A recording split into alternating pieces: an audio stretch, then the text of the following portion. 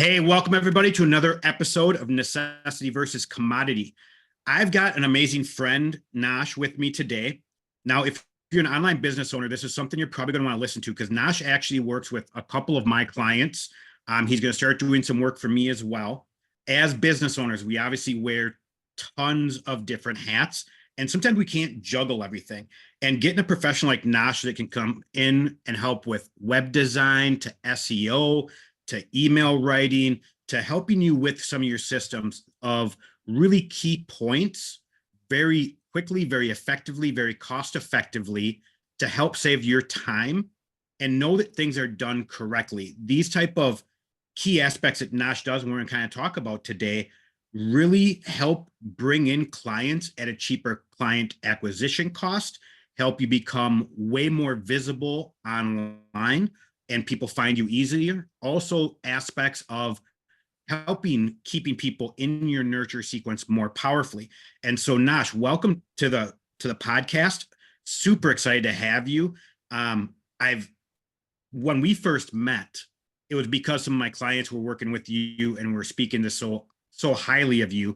And it's been awesome working with you too, of able to send assets to you. You help square things away immediately. And that's one of the things as an online business owner that I just love, that when I can delegate, I can create, delegate, and pass off and know something's going to be done top notch, done quickly, effectively, and why I wanted to have you on the podcast here. So welcome. Thank you, Scott. It's really an honor for me to be here, and it's really a great opportunity to meet your viewers. I'm so excited. Awesome. And I kind of gave a little breakdown of what you do. I mean, you've got a very wide skill set. Some of the things that I really like is like the web design, from SEO to some of the email pieces. Why do you feel like that's such an important part when you're looking at being an online business owner or any sort of business owner and have an online presence? Because I know that you work with pretty much any sort of business owner, anybody has an online presence, so that could be a brick and mortar as well. But why are some of those so key? Because you don't hear too much about SEO or web design except for someone paying $5,000 to $10,000 to have someone make a website for you, which is oftentimes I think is a ridiculous amount of money. So tell me a little bit about your specialty so people really kind of know what you do for clients. All right, so my basic specialties are starting from WordPress web designs, and then I polished my skills to the marketing side, which came into the SEO, and then moving forward into email marketing, then social media marketing, then management, and then I started to provide a pack of all these solutions, and I created monthly packages for my clients so that in cheaper prices, I can get them all of the work done. So normally what happens is they make websites and then like they keep it and it doesn't worth it. So making a website is not everything. So you have to see things around, like how to promote your website. And the first thing is most of the people, they are even reluctant to have a website. So if you are an online business owner, and if you or even if you're an offline business owner, like if you are a garage door repairer or anything, so if you are not online, at least if you must have a Google business profile. So, or a website is even better. So if you don't have them, then you are not in business. So you are not going to get any clients or any, like nobody's going to find you without an online presence. Either it's a website, it's social media, or anything. So these things are very important when you get into business, and then you get a website, then you market it, you reach out to your prospected audience, and then that's how you are in business. You survive in business this way. I agree. 5 years ago in the online space, like I know some business owners that grew to seven figures without even having a website. Right. And I think that has changed a lot, which is why I think a lot of business owners need to start looking at going back to some fundamentals, and having a website, I think, is really key for that. The reason why is because the marketplace sophistication has changed, right? Like if you're running ads or if someone finds you on social media, people don't just click, book a call, and drop $5,000, $10,000, $20,000 on your online product People, if you're a service provider, as an example, I've got friends that are in construction, lawn care, lawn service, irrigation. If you don't have a website in place, there's no place for people to look, right? And so having a website that's done professionally, done beautifully, that's getting people the correct information, I think is a really key piece that is coming back to be really needed in the online space. And I see so many online business owners, their websites aren't really optimized. They look more like a landing page and not giving people what they actually need and what that website's for. Do you agree with what I kind of that assessment of what I kind of just went through? Exactly. Like especially after the COVID-19 happened, everybody's on the internet. So like having a website and beautifully designed websites and optimized websites are definitely the key for success. Yeah, when you talk about beautifully and optimized, those are two different things, right? The design, the aesthetics, how it looks, how it flows. Um, just like if you're running ads too, like having a mobile or laptop optimized funnel. Same thing with your website. So looking beautiful. What do you mean by that before we kind of get into the SEO and optimized on a technical standpoint?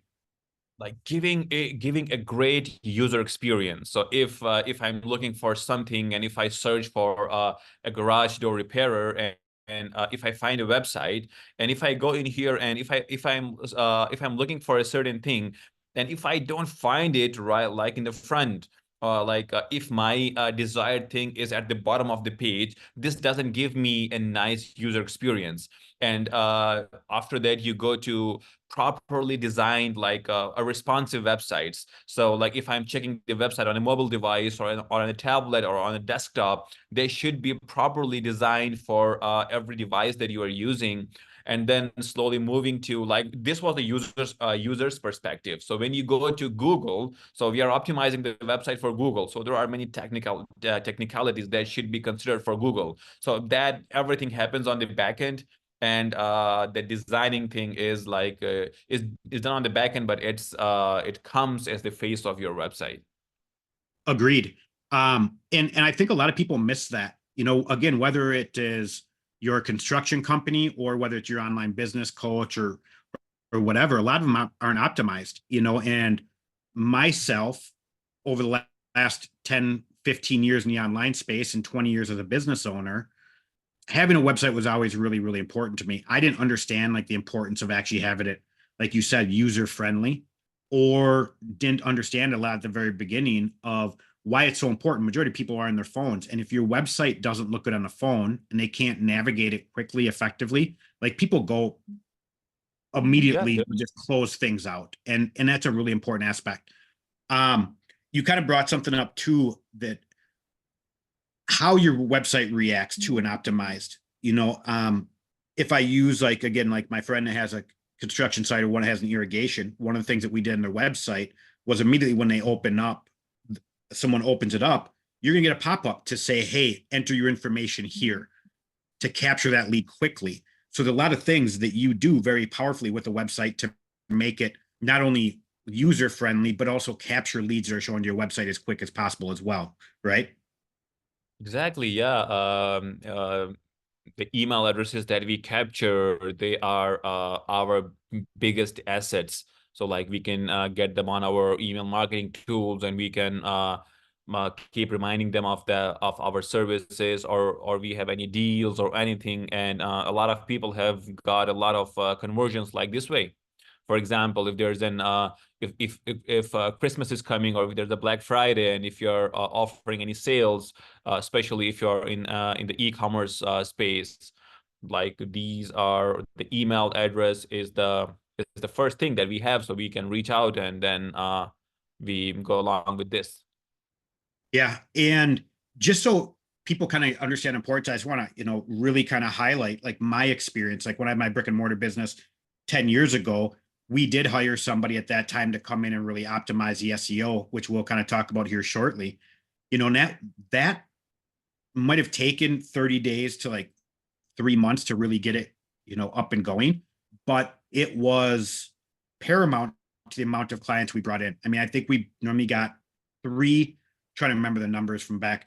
Numbers 3 to 5 new people were reaching out and finding the website online, and we were gathering their email from that.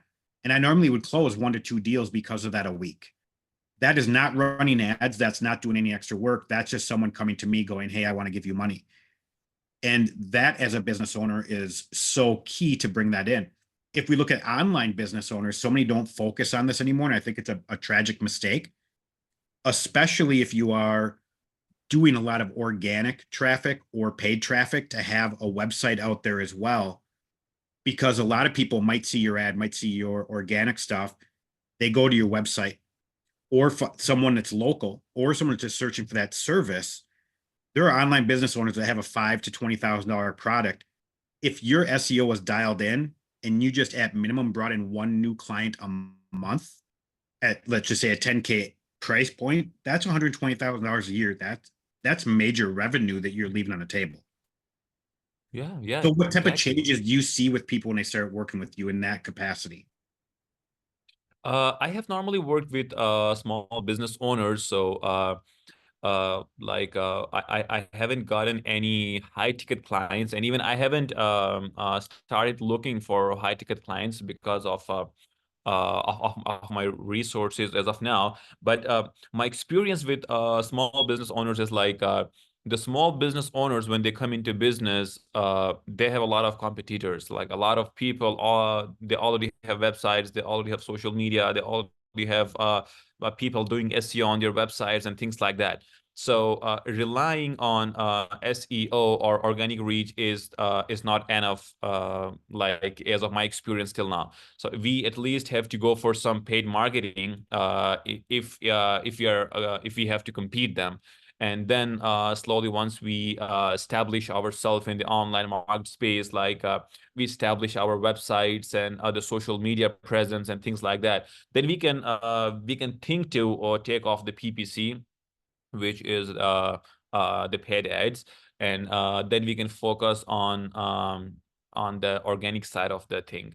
But now I normally start with SEO, and it gives some results, but not like we don't get a lot of conversions as required. So the PPC is something that we usually take help from. And some people are going to have questions about that. So, looking at SEO, like you could say, hey, you might not see immediate conversions. And, I see so many business owners sometimes focus on the short game rather than the long game. And all they're looking for is like, oh, if I'm gonna run ads, I want to see money immediately. Cool. I agree with that, right? SEO, oh, I'm not gonna make any money immediately, so I'm not gonna do that. So why do you think it's important to have like your SEO in place to also help with the paid ad piece? Yeah, they both actually complement each other. Like the organic reach SEO is not going to give any results immediately. So if you are okay with going slow, then it's good. Like we don't need to go for any PPC. But if a client wants some immediate results, so then the PPC is the ultimate solution. So like we are still not sure if we started running ads today and then tomorrow we are going to convert someone. So but like within a week or within 10 days, like we start to get some good breakthrough calls booked, or maybe some conversions getting. But SEO, like I always keep it going on the other side, which leads to very good and very nice conversions in the long run, because organic reach goes to the exact person that we are targeting. If it's done correctly, it goes to the exact person that we are targeting, and it's a business, it's a good conversion then. And when you're running ads for like a local business, obviously it's different than like an online business. Like online business will, pick a country or pick several countries. Where like when I had my brick and mortar business, I would run ads and it was a fitness one, right? So I'm not running ads to someone 50 miles away because they're never going to drive 50 miles to come see me. So it's a much different type of strategy than just picking a country. And so running paid per click, how do you guys do that? Like, are you guys on Facebook? Are you Google? Are you YouTube? Like, what is your best strategies that you normally use with your clients? For local people here, I live in Pakistan, so Google ads, they don't convert really well. So we target Facebook and Instagram because a lot of people are on Facebook and Instagram. They keep scrolling, and the number of social media users, especially Facebook and Instagram, they are going higher and higher. And since Mark Zuckerberg has acquired WhatsApp, there are ad systems going on WhatsApp, and the WhatsApp ads are also converting really nice. So my brother-in-law, he actually he's quite younger than me, so he's testing out some things like that. So he sells some stuff like a shaving machine, a trimmer, or things like that. So he's running ads on Facebook, and he is getting a lot of people. I guess he spends $1 or two, maximum two a day, and the ads actually go and run on Instagram. And then a lot of people get in touch with him, like contacting, asking about the price and inquiring things like that. So Facebook and Instagram, they are very good. Like, we actually target the service area. Like we discuss everything with the client, like what is your service radius. So we get everything, every information. Like we have a detailed meeting, either it's online or offline. Like, we get a detailed meeting. We get every information that we need to know about their business, and then like we feed it into Meta, and then Meta does it for them. Awesome. When you look at, working with a business, the thing I love about you, Nosh, is you've got a wide, very specific skill set at the same time, right? It's really to help a business of and it's the same. I love people like you because it's the same thing with me, multiple skill sets to help business owners. So if a business owner was going to reach out and connect with you, and just so everyone knows, there will be links to get a hold of Nosh down below. Connect with them either here on on Facebook. There'll be a link. You can find him on Upwork, really get some details of what he does. And if you want to work with him, you can reach out that way.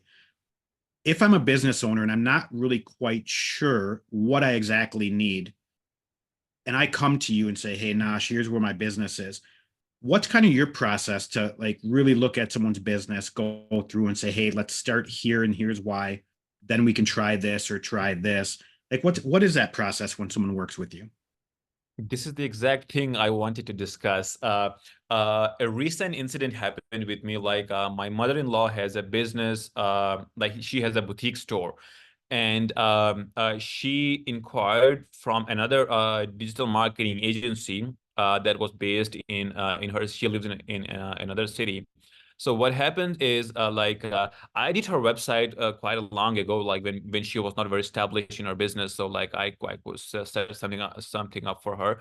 So she went to this digital marketing agency, and the first thing they told her that you have to purchase Shopify, and then you have to purchase this, and then you have to purchase this, and then you have to purchase that. And she called me the other day, and she told me that like, I reached out to those people, and what do you think, they are calling me, and they are asking me to buy these. And when I checked out all those prices, like they were going for more than $400 or $500 per month. And it was not worth it because her business is really new. Like it's in her baby stage. So what my approach is, like, she is non-tech savvy. So what I do for her is like, I told her that you don't need Shopify right now, because Shopify is like you have to pay $1 for the first month, and then then the minimum package is like $20 a month. So that's like you are not even making $20 a month right now. So it doesn't make sense you go and you pay this amount for her. So I hosted her website on my shared server for free. So even if she purchased a server, it was going to cost her like maybe $20 a year or something like that. But Shopify is something that's going to cost her $20 a month. So first thing, I saved her money here, and then moving forward, I checked out the other email marketing tools, the social media things like that. So I gave her alternate solutions for either they were very cheap or they were free. They had a free plan. Because Yep. she is new in business, she is not tech savvy, she is new in business, and then she doesn't know about these things. So my approach is like, I understand the client's business, the stage where they are in, and I try to make it cheaper and economical for them with the quality of services. Recently, I was working with people from the COD. I guess you have also been a part of COD. So what I dislike about them is like they make funnels on Webflow, and like Webflow is like $27 a month, I guess, and then they have other tools like uh, they get Zapier, which is like $300 a year, and then they have Entreport or something like that. So I switched my client's website from Webflow to uh, WordPress, which is going to save them more than $1,000 a year. So like instead of WordPress, Webflow, they can use WordPress, which is totally free. Instead of any other email marketing tool, you can use MailerLite, which is absolutely free until you have 1,000 subscribers. And there are other tools like when you use them, there's no need of Zapier, so that cost goes off. So things like that. So I try to make it easier for my clients as like even if they are like if there's a need, then that can be assessed. But measuring their current state of business, like I try to make things easier for them, cheaper for them, economical with quality for them. And I love that aspect. You know, when you and I first met, that was one thing that really attracted me to what you do. Because I'm the same way. I very much, every client comes in. Yes, we've all got the same goals. We need the same systems. We need the same structures to make something successful. But so many people, when they are, I think so many people, when they hire somebody, they're not doing enough. They don't understand enough or doing enough research. And to your point is, again, looking back at my history, I had my brick and mortar business, my first online business. My first online business, I think I was spending like $800 a month on tech that I didn't technically need, or I could have got for free. And Exactly. you're looking at things now, there are a lot more options out there. And if a business is coming in, what do you actually need in place to be successful here? And I think that's really key. And I love the fact that you actually look at someone's business and go, hey, here's where you're at in your business. Like you're saying, your mother-in-law, hey, you're a new business. You can't afford putting out 200, 500, $1,000 a month on a bunch of stuff when you're not even making money to begin with. It's going to put you in a hole really fast. And I think a lot of people, when they hire somebody, they never look at the back end, or they're never told about the back end, right? And I know a lot of business owners that are told something up front, hey, we're going to put this tactic in, and it's going to all of a sudden within 30 to 90 days, you're going to be making $100,000 a month, let's say, right? But aren't told, hey, it's going to cost you $10,000 a month in ad spend to get to that point, right? And all of a sudden you have something that you can't use, or it puts you out of business really, really fast because all of a sudden your credit cards are maxed out. And to have someone actually look at your business and go, hey, this is your skill set. This is where your business is. Hey, if we put this in, this is free. We put this in, this is free. This is going to accomplish these results, and we can help you grow through that process. And I think it's awesome too that, talking with some of the clients that you've worked with, that I work with as well, of how you've constantly keep adding things to help them become more successful. And I think having somebody like you on staff for a lot of business owners, especially if they're a solopreneur, that's one thing of hiring someone's going to customize stuff for you and really go through the pros and cons. I mean, majority of the clients I work with, that's one of the things I help them, teach them how to think. Let's look at the pros and cons. Hey, should we do this? Pros and cons of it, and kind of really help kind of, dial that out. Now, when you kind of talked about running ads, do you run the ads for the clients? Do you show them how to do that? Do you write the copy? Do you build, the lead magnet, the information for collection and conversions? Just so people are aware, like, what do you really do when you're working with a client and you're helping them run ads? The first thing is like I try to get them on a call, so we share the screen, and then like when we are doing the targeting and when we are doing the things like that. So I have some designers and copywriters in the team, and mostly the copywriting is done with ChatGPT these days, all of these AI writers. So the design is made with by the graphic designer. And then when we are actually establishing the ad on Meta, I normally get them on a call, and then like they don't know actual the technical aspects. So I open up everything in front of them, and then like now we have to target your customer, your ideal customer. So what does your ideal customer looks like? Is it a male or a female? What age group is it? Where does he live? What are his interests? Things like that. So then when we run the ads, and then like in the next couple of days we see how it's performing, and then like if it's performing good, then we keep it running for another several days. And if it is not performing good, then we see like what's the matter, why it's not getting clicks. They get impressions but they don't get clicks.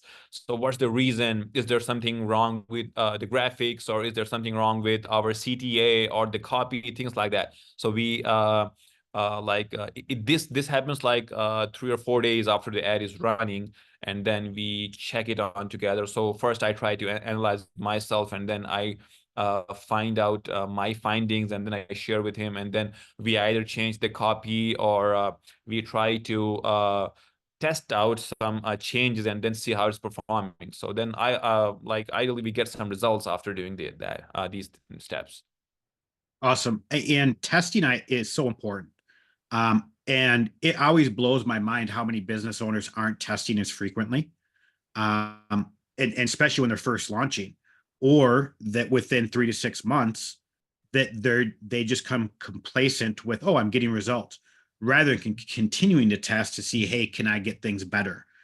Some of the Yeah. 7 and 8 figure business owners that I know, also with some of the marketing masterminds, I'm in the copywriting masterminds, these 7 and 8 figure businesses, or even more than that, they're constantly testing new things, right? Like they hire someone, come in, hey, I want you to compete, see if you can beat what our #1 performing ad is, right? And go and do that. So many business owners, and I think that's why a lot of the business owners that you work with, it's so key to have you on staff and to be working with you, so you can constantly be changing and testing things as well. And having someone that's kind of looking at some of that, going, hey, these numbers are good, we should probably test and see, hey, can we beat this? Or hey, these numbers are going down, what's going on? Is it just a shift through the time of the year? Is the ad not working? Like you said, call the action. Is it creative becoming stale? What's going on? Are we selling a product that somebody else is selling the same product in the same market? So we might kind of need to change the angle. So when you're going through that, it's super important to have somebody constantly doing that. And when you're looking at some of the businesses you do, I know you do everything from brick and mortar to like e-commerce, things of that nature. How important do you normally see with not just the testing at the beginning, but the continued testing going on? It's really important because, as you mentioned, like the 7 to 8 figures business people, they are even trying to improve their stats. So why doesn't a small business who is just starting up? So it's really important to keep an eye on the figures, and see and analyze and strategize things. So yeah, that's the only way for you to succeed in your business. Very important. So some of the businesses you work with, what is, I guess, the biggest percentage of businesses? What do they look like? Like, is it a brick and mortar business that does construction? Is e-commerce business sells makeup? Like, who is kind of like your ideal person you really love to work with? I actually love with a mix of businesses, but the large percentage goes for the online coaches. So I have found some of them on Upwork and some of them from referrals, because like if you were good, and like I had one coach in the beginning, and she referred me to more people, and they are getting on board, and they are referring more people. So it's all because like I'm giving them some value of their business. So I have a good number of coaches, and there's a guy who is a podcaster, so I do his websites and some of his social media, and then some service owners, like service providers. So I had a cleaning business, a cleaning lady from Florida. So I used to do her business, and then later she quit her business. And then yeah, like a couple of mixture. Like in the local market, I have like there's a production house. It's actually a friend, so he was using some other person, and then I saw her website and things, and then like, "Ew, what are you doing? What's this? Like, you are not going to get any clients with this website." So that was totally a bullshit. So not a properly organized, not a proper design, optimized thing. So I did his website. So he is one of my client now, and like I have a sports academy. So she's also a friend of mine. She runs this sports academy. So like like a mix of businesses. So but most the larger portion goes for the coaches. Cool. What with those coaches, what are some of the most common mistakes you're seeing them do with their website or the SEO or any sort of lead capturing that you help them with? The first thing is like some of them are using Wix, some of them are using Webflow, some of them are using Squarespace, things like that. So my first question is, why are you using those platforms instead of WordPress? Because WordPress is super cheaper than all of these platforms. So they haven't been guided well, like in the beginning. So if there's some Squarespace expert or some Wix expert, so like they get them right on their platforms, either instead of suggesting them some cheap resources. So this happened with another of my client. Like they were a construction company in New York. So I saw them, and they were paying like $3,000 per year for Wix, and I was like, what? Like three for just a simple static website, you are paying $3,000 to Wix. So I immediately redesigned their websites, and I got them on WordPress, which was like $300 a year. So this was saving them like a lot of money, thousands of dollars per year. So these kind of things happen, like they are not guided well in the beginning. And the same goes with the tools for email marketing, tools for social media. Like there are many planning tools, the social media calendar tools, which are highly paid. And some people, maybe for their affiliate commissions or things like that, like they ask them to buy the tools, and then like they end up getting like not getting enough of them, because like there are many alternate tools which can work in the same way or better than them. So these are some of the things, like not being tech savvy. This is something that is always a problem for them. Secondly, in terms of SEO, like most of my clients, they are not even connected to Google Search Console and Google Analytics, which is the basics. So like, how do you do the SEO if you cannot measure what's going on? Like what keywords your website is ranking for? What are the things happening on your website? Like if you don't measure it, how do you do them? So there's not like not having enough knowledge. They don't do anything like that. And then keeping up on their social media, like they are not really active. So like once they post once a month on their social media, and then they expect to have people rolling in. So these are some of the common mistakes. And then when you go deep dive into technical things, like uh, maybe some of security features on their website, like I got a client whose website was hacked, and like it was being like when you click on any of the buttons, it was redirecting them to a third-party ads, and some of them like some pornographic ads, which was totally ruining his reputation. So these are things like they don't keep things up to date. So like ultimately they end up getting these kind of results, which get their business in the wrong direction. You brought up a few different things there I think are really important to discuss. Number one, like tracking and knowing what's going on. Like that's the most important thing think with any business. Like, are you tracking certain numbers? Are you paying attention to what's actually going on? That can be traffic to your website. That can be what on your social media platform when you're posting stuff, what type of results are you getting? Because if you're just basing stuff on clicks and likes or comments, that doesn't mean it's bringing in money, right? And are you hitting the right demographic with your stuff? Just like running ads. And oftentimes as a business owner, we don't know to look at some of these things, or we do, and we just don't have time to constantly be looking at it. And so I think it's really important, again, having somebody that is working with you as yourself to just checking those things out so you can be looking at it and bringing things up once a week or once a month to say, hey, there was a change in a very positive way. We want to keep going this way, or hey, this week things have really crashed. We need to figure out what's going on here and help with that diagnosis to make sure those pieces of your business, because that's just like if you're running an ad, if that ad tanks, you're not going to just blindly ignore it, right? It's the same thing with across your whole ecosystem, which becomes really important. And a lot of people don't even know there's that many analytics to really kind of pay attention to. And I think that's really, really key of what you kind of brought up. And it really shocks me too, how many people, I want to kind of ask you about this when you just brought up, of making sure you're connected on Google correctly. A lot of people might not know that, I'm glad that you use WordPress. I think WordPress is really, really amazing. And like you said, it's very inexpensive. It can be complicated on the back end sometimes, which is, again, having somebody that's an expert with it that can help you with that. But to make sure, like looking at like some of the Google Analytics, you brought up of like, hey, making sure it's set up properly.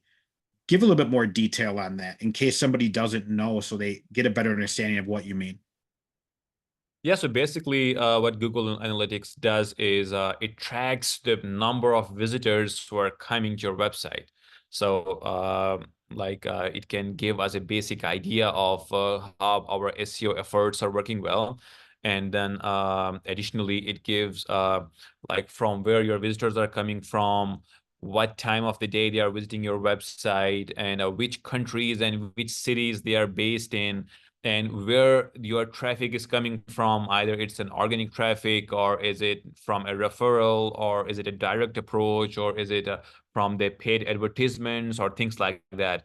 And when you go into e-commerce, then Google Analytics is like a very deep thing. So like you track a lot of your earnings, you track people who are leaving your purchase at a certain stage of the e-commerce business thing, like if they get off from the cart page, or if they're getting off from the checkout page, things like that. So Google Analytics is very deep, but for a basic understanding, like it gives you a nice and quite easy to understand detail about the number of people visiting your website in a certain period of time, and from where they are visiting, and even like from which devices, like or if they are visiting from mobile device or desktop, if they're males or females, what time of the day they are visiting. So it gives a nice idea of how your performance is, like SEO performance is going on, and how you can strategize for the coming time. Yeah, and that kind of connects with, a few things that we talked about earlier. Number one of like checking data is so super key. And, optimizing a website to make sure it's actually converting. You have to look at it just like an ad. And people test ads nonstop and their funnels nonstop, but they rarely look at their website as the same type of necessity, like your online presence. And I think a lot of people totally miss out on that piece of actually looking, because you get so many details, right? And right now in today's day and age, this goes back to the sophistication of the buyer too.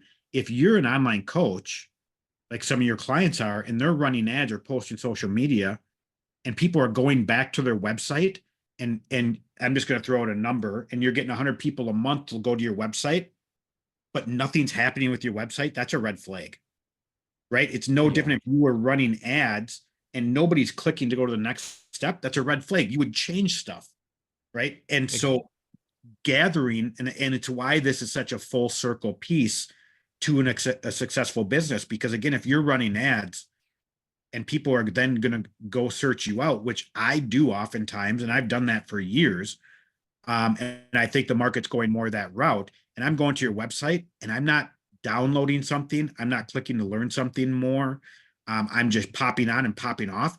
That's letting you know as a business owner, and why Nosh is so important to go through and look at these numbers of going, hey, people are going to our website, but nothing's happening. And that's why it's also not just have it look good, but actually optimized again to if someone's showing your website, is there something immediately they're saying, hey, download this free lead magnet, get them into your ecosystem.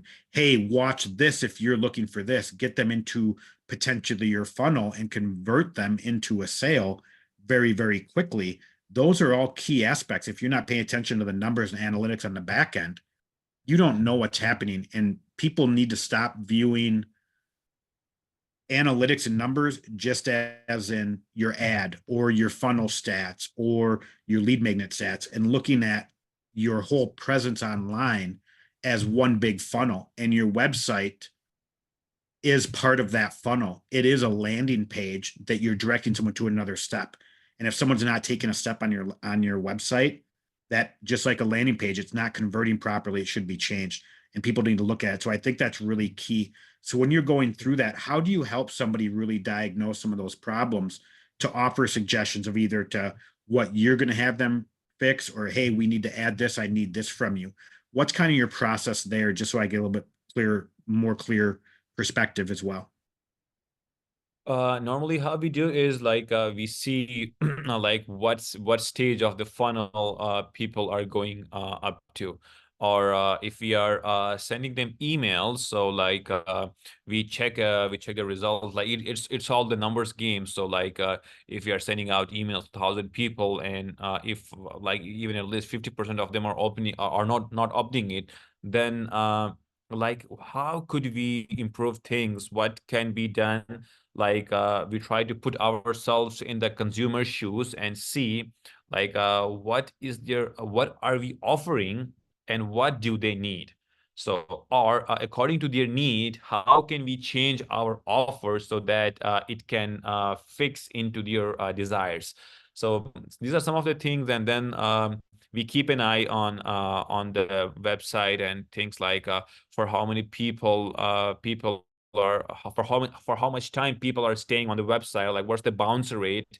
And then we see like why is it not performing well, like is it not uh really nicely made, or if the information in the website is not what the user is looking for, or if this is the case, then maybe we are not doing the ads correctly. Because if we have done our offer in a landing page, and if a user is coming and if he isn't doing anything, then it means that he is not the right person for us. So it means like our ad from which he's coming from is not working well. So what can be done on the ad side? Like everything is interconnected with each other. Agreed. So we try to figure out things like that and see like it depends on the situation. So every time like a different situation comes up, and then we try to analyze, see, discuss it with the client, and try to come up with a better solution or a modification in the funnel and the landing page and things like that. Awesome. Quick question. When you're looking at numbers, and I know this is probably going to be a tough question to answer, but I'm just curious. Are there standard numbers you look for if you're looking at someone's website analytics, right? And what I mean by that is if we're running ads, a lot of people are paying attention to the cost per click. They're looking at conversion rate. They're looking at client acquisition costs on the back end. What is the ROI here? And so are there numbers that you look at that are kind of the same across the board, or is it really dependent on the company, the niche, what they're doing? Did I kind of ask that properly? Do you know what I'm saying? I think I got you. I actually haven't gotten into a very deep level of marketing like that. So I normally do a keyword research and see like what are the cost per clicks of the keywords, and how much it can cost, things like that. And then we try to focus on those things. Okay. And that's what I was kind of assuming. I was just kind of curious if there were standard things across the board or not, but yeah, keywords and they're the key analytics there. I was wondering if there was anything kind of specific. So thank you for that. This is going to seem like maybe a weird question. If I'm a business owner and I'm reaching out to you, what type of business do you say, hey, Scott, like we're not a good fit, you should go somewhere else? Is there any criteria or specifics about a business owner that you might say, hey, we're not a good fit? The first thing is I try to get them on board in any case, because like most of the clients, they don't need very high level of work, like creating a CRM system, like creating a CRM system, or heavy duty web applications or things like that. But for those, I have still third party people. Like I have friends and some of my mentors here in my city who have software houses. Like they are in business for more than more than a decade, and they have their own tools, like they are selling their own CRM systems and like that. So if there's something very huge, I try to get in touch with them and get the work done for the client. But normally, like this is what I'm planning for, but I haven't came across any client like who has asked for a huge web application or a CRM system, like things like that. So normally, like my first approach is like I should grab this client and I should have them on board. And if, for example, if a situation comes up like where we cannot be a good fit, uh, I'm not sure what it could be Okay. because we haven't came into then.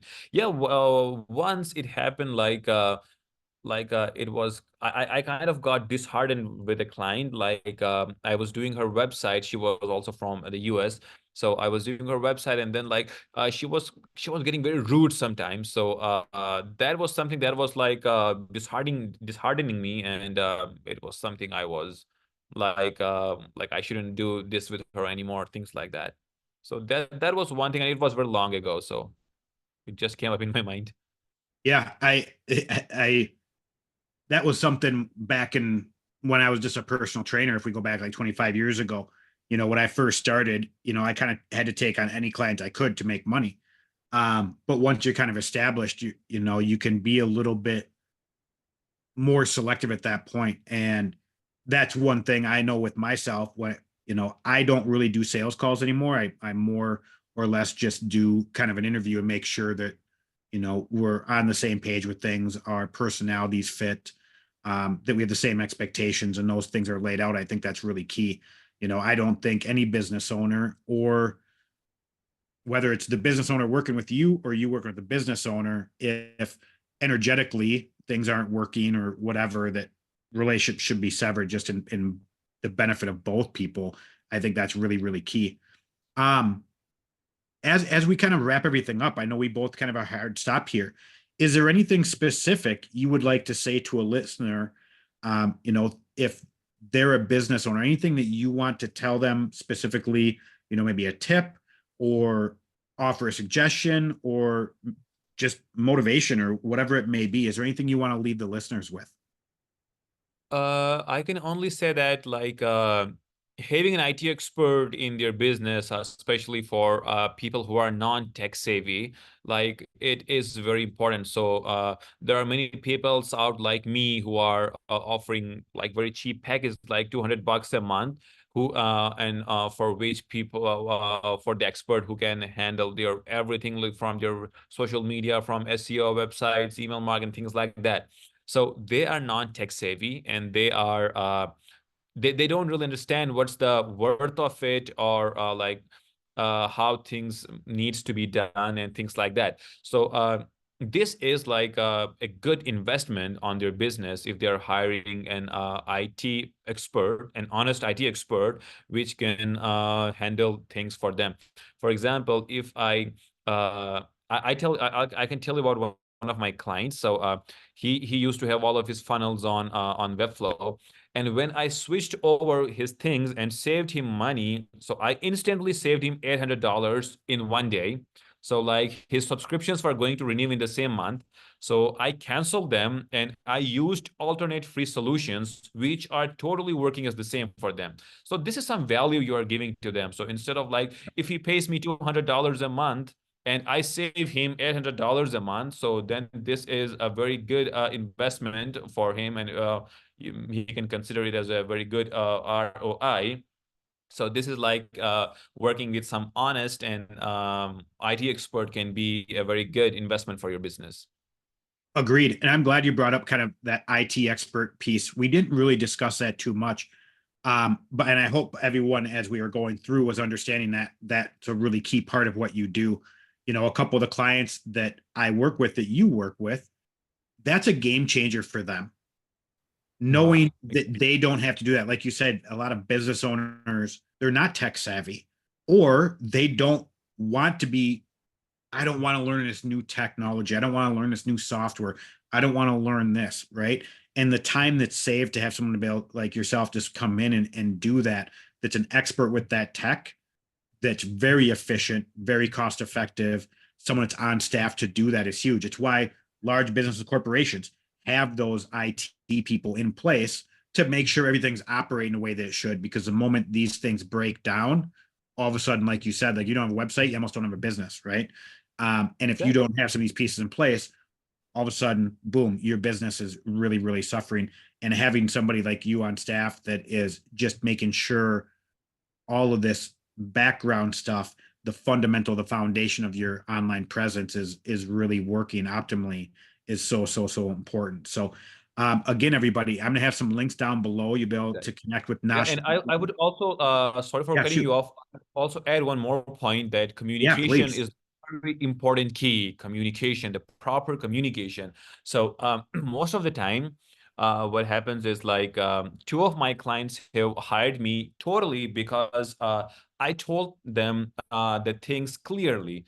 They were working with other freelancers, and they were just doing the work, or they are not getting them some good results, or they are not telling them like how things work or things like that. So being clear for especially for us, for tech people, like dealing with non-tech people, like making them understand things like how email marketing works, or how WordPress will work, or how, like, what is the web hosting, or things like that. So we have to make them clear on things, which is a very important key for us, like for business owners like us. So that was the last point I wanted to add.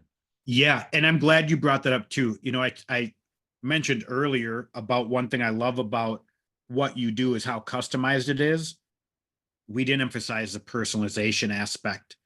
And that was a huge aspect that I love, that I know that I can message you anything with a question and you're getting back to me really, really quick with it. If I'm uncertain about something, you're explaining that. It's crazy how little that's done in the online space right now. People are just told, hey, go do this, just add this. They're never actually given any explanation why. And that puts people in a lot of bad places. It's why I love the fact that you have that personalization and really break that down. Hey, we're not just doing this to save money. We're doing this to be more efficient as well. Or, hey, let's do this. It's going to cost you a little bit more, but it's actually going to be a way more important ROI in the back end, either time, money, or efficiency. So then the business owners can make the right choice and understanding why, right? And so many, and we've experienced it before. And like you said, whether it be a freelancer, whether someone joined a program, hey, go do this. And a lot of people don't realize, hey, what they're being told to do isn't the best option for them as a business, and it hurts them. And I love that you do that, and just a personalized part is worth the investment in itself. So Nosh, I'm so glad to have you on today. Thank you for joining me. Thank you, I would Scott. love to have again too. And so if people do have any questions, comment below questions. I would love to have Nosh on again. We can go through some questions. Again, there'll be some links that you can connect with him, reach out with him, find him on social media, Facebook, Instagram, his website. He's on Upwork, lots of places to connect with him to get a better understanding as well. So again, Nosh, thank you very much. Thank you, Scott. It was a really great podcast with you. I loved it. Awesome. Have a great rest of your day. Thank you, Scott. Have a great day ahead. Bye-bye.